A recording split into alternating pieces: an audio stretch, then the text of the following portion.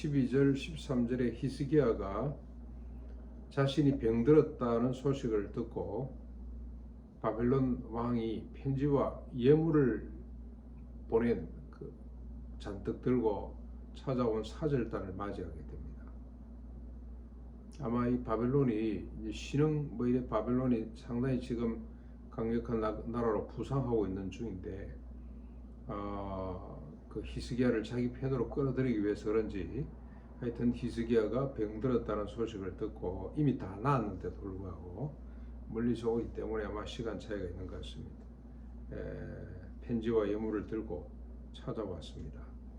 그랬더니 히스기야가 자기 보물 창고, 금, 은, 향품, 보배로운 기름을 보여주고 군기고까지 모든 것을 다 보여줍니다. 왕궁과 나라 안에 있는 모든 것을 다 사절단에게 보여줬더라.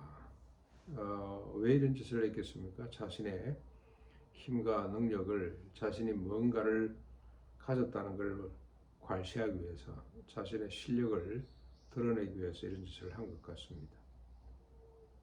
우리가 사람을 만나면 자신의 과거 행적들을 쭉 이야기하죠. 자신이 어떤 사람인 것을 드러내기 위해서 자신 이야기를 많이 합니다. 최근에도 어떤 분을 만났는데 중요한 의제는 뒤로 밀리고 자기가 과거에 어떻게 살아봤는지 이야기를 쭉 하는데 한 1시간 반 정도 만나는데 1시간 그 이야기 1시간. 아, 그렇구나. 사람이 자꾸 자기를 드러내기를 좋아하고 보여주기를 좋아하는구나. 히스기야가 병도 나았겠다. 이제 뭐 15년 생명도 보장돼 있겠다. 그래서 뭔가 새로운 어떤 이 중동의 새로운 국가로 새로운 어떤 중심으로 떠오르고 있는 바빌론의 사절단을 맞이해서 자신이 뭔가를 지금 한껏 보여준 것 같습니다. 그랬더니 14절로 16절, 7절, 8절 이 사실을 알고 이사야가 찾아왔습니다. 그리고 하나님의 말씀을 전하게 됩니다. 선지자의 역할이 뭔지 제가 그분하고 이야기하면서 그만하시죠, 스탑하시죠 이런 말을 해야 되는데 그러질 못한 거죠. 저는 아이고 예 그렇습니까, 아이고 대단합니다 그러고 말았는데요. 이사야는 이 말을 듣고 히스기야가 그렇게 모든 걸 다 버선 뒤집듯이 뒤집어서 다 보여줬다는 이야기를 듣고 찾아왔습니다. 그리고 여호와의 말씀을 전하게 되는데, 여호와의 말씀을 들으시오. 날이 이르면 왕궁의 모든 것, 왕의 조상들이 오늘까지 쌓아두었던 것, 당신이 그렇게 자랑스럽게 생각하고 과시했던 것 다 바벨론으로 옮겨질 것이다. 하나도 남지 않게 될 것이다. 또 왕의 몸에서 날 아들들 중에서 후손들이겠죠. 후손 중에서 바벨론 왕궁으로 사로잡혀 가서 환관이 될 것이다. 여호와의 말씀이다라고 전해주게 됩니다. 참 이런 말 하기가 힘들었을 텐데요. 정말로 쑥스럽고 또 두렵기도 하고 왕이 또 이거 어떻게 나올지 모르기도 하고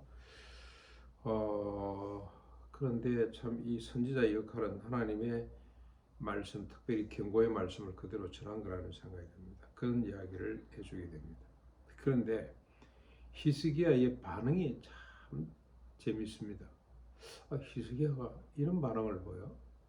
우리가 생각할 때는 아이고 내가 잘못됐네요. 아니면 그게 왜 잘못됐죠? 그러고 또 토론을 한다거나 그래서 결국 아이고 제가 잘못됐습니다. 하나님 용서해 주십시오. 이래야 되는데 자신의 육신의 병을 향해서는 벽을 향해서 눈물로 하나님 앞에 호소하던 사람입니다만 자신의 이 교만이죠. 교만. 자기 과세에 대해서는 도무지 감을 잡지 못하고 있다는 것을 보게 됩니다. 19절에 보시면 이 말을 들은 히스기야가 반응을 하는데 뭐라고 반응을 하냐? 당신이 전한 바 여호와의 말씀이 선합니다. 예, 그 뜻대로 하죠. 만일 내가 사는 날에 태평과 진실이 있을진데 어찌 선하지 않을 수가 있겠습니까? 이 무슨 말입니까? 새롭게 번역된 성경에 보니까 내가 사는 날 동안에 태평과 안정이 있다니, 이 진실이 안정이죠. 안정이 있다니 좋네요, 괜찮네요. 내가 할 바 아닙니다. 내 15년 보장 받았으니 15년 동안 잘 살면 되고 그런 일이 없으면 되죠. 이걸 하나님 말씀을 심각하게 받아들이지 않는 거죠. 예, 농담으로 받아들였다는 생각이 듭니다. 내 살 동안에 태평성대가 유지된다 그러니 뭐 좋을 대로 하시죠. 뭐 괜찮습니다. 그런 뜻이죠. 어쩌다가 히스기야가 이렇게 됐냐? 앞에 히스기야에 대한 평가를 보면 꽤 훌륭하잖아요.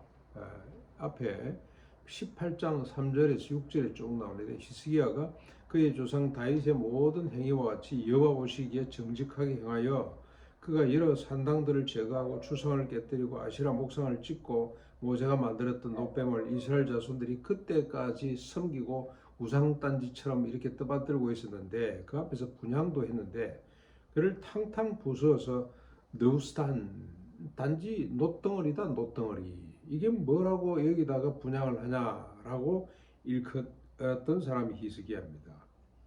그리고 히스기야가 이스라엘 하나님 여호와를 의지했는데 그의 전후 유다 여러 왕 중에 그러한 자가 없을 만큼 그가 하나님을 의지하고 연합했더라. 하나님께로부터 떠나지 아니하였더라. 여호와께서 모세를 통해서 주신 명령을 다 지켜 행했더라고 그렇게 평가를 했는데 이제 병들어서 지금 저 히스기야가 한 50 몇 세까지 살거든요. 20 몇 세 때 20대 중반에 취임해 가지고 저기 해서 지금 29년을 통치하게 되니까 이게 한 50 몇 살밖에 안 됩니다. 이게 50 몇 살도 안 된 거죠. 40대 지금 15년을 더 사는 거니까 40대에 이 히스기야가 왜 이렇게 바뀌었냐?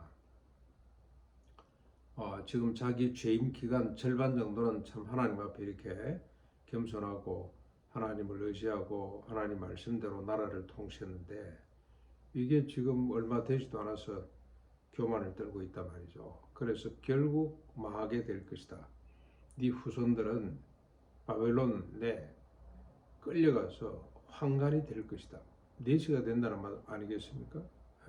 그런 저주를 지금 이스라엘을 통해서 받아야 될 만큼 어쩌다가 이 사람이 이렇게 됐냐. 뭔가 가진 것 때문에 그렇죠. 권력, 부가 됐든지 명예, 지식, 안락한 삶, 그리고 또 다시 건강도 회복했겠다. 모든 걸 다 가지는 거죠.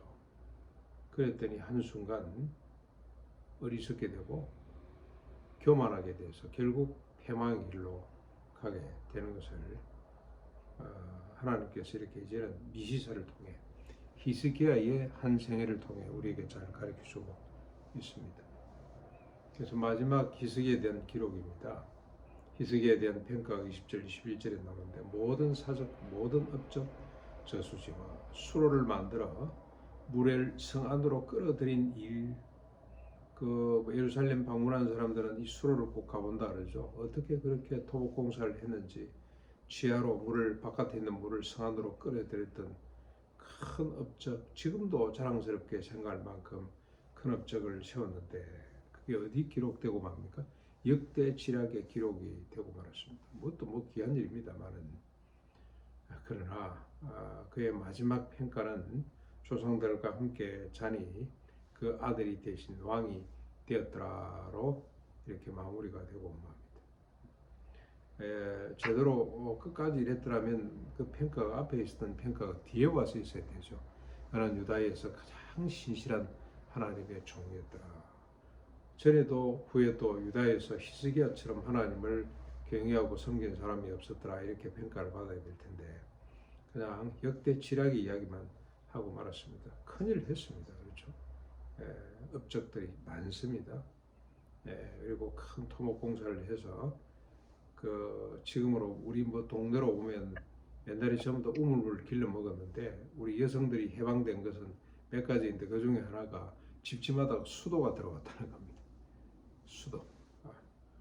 그래서 참 너무 기뻐하는 걸 봤는데요. 이 히스기야가 그런 역사를 만들었습니다만은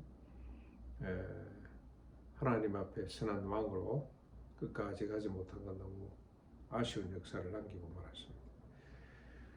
우리가 얻어야 될 교훈은 끝까지 겸손, 끝까지. 이 겸손은 하나님이 하신다는 거죠. 하나님이 하신다. 하나님께서 주신 것이다. 하나님이 하나님의 영광을 위해서 우리에게 맡겨놓은 것이다. 그 생각을 가지고 끔서 끝까지 겸손히 살아가는 우리가 됐으면 좋겠습니다.